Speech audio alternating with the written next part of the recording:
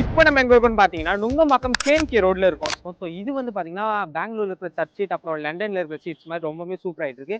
இப்போ போன வாரத்துல இருந்து இந்த ரோட் ட்ரெண்டிங்ல இருக்கு. ஸோ இதோட ஒர்க் இன்னும் பேலன்ஸ் அங்க முடியல. நாங்க அங்க போய் பார்த்துட்டு தான் வரோம்.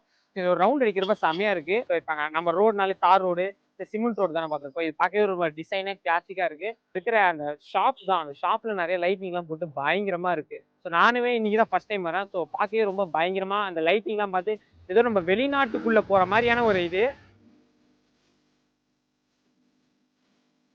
இப்போ நம்மளுக்கு வந்து பாத்தீங்கன்னா இங்க உட்காரத்துக்கான ஒரு 2, 3 ஸ்பேஸ் இந்த மாதிரி ஸ்டோன் பெஞ்ச் எல்லாம் போட்டு வச்சிருக்காங்க. ஆனா கிட்டத்தட்ட எக்ஸாக்டா பாண்டி பஜார் இருக்கு இல்லைங்களா, அந்த மாதிரி தான் இருக்கு. ஆனா பாண்டி பஜார்ல பஸ் எல்லாம் போகும், இங்க போகாது. நாங்க இன்னும் வேலை கம்ப்ளீட்டா முடியல. ஆனா இது ஏதோ ஒரு ரோடு போல இங்க நடுவில் மெட்ரோ ஒர்க்குக்காக ஸ்டாப் பண்ணி வச்சிருக்காங்க.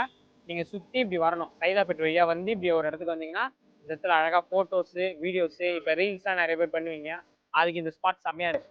15% அளவு ஃபாரின் லெவல்ல இருக்கும். நீங்க முக்கியமா எனக்கு பிடிச்ச இது உட்கார்றதுதான். ஏன்னா நடந்துகிட்டே இருக்க முடியாதுல்ல, உட்காரத்துக்கு ஒரு இடம் இருக்கு. அதனால இங்க ஜாலியா நம்ம உட்காந்துட்டு ஜாலியா அப்படி காலாட்டிட்டே பேசலாம். ஹாய் அப்படின்னு பேசலாம். லைட்ஸ் ரொம்ப இங்க ரொம்ப பிடிச்சது இந்த லைட்ஸ் அப்புறம் செயின் தான். நல்லா இருக்கு பாருங்க.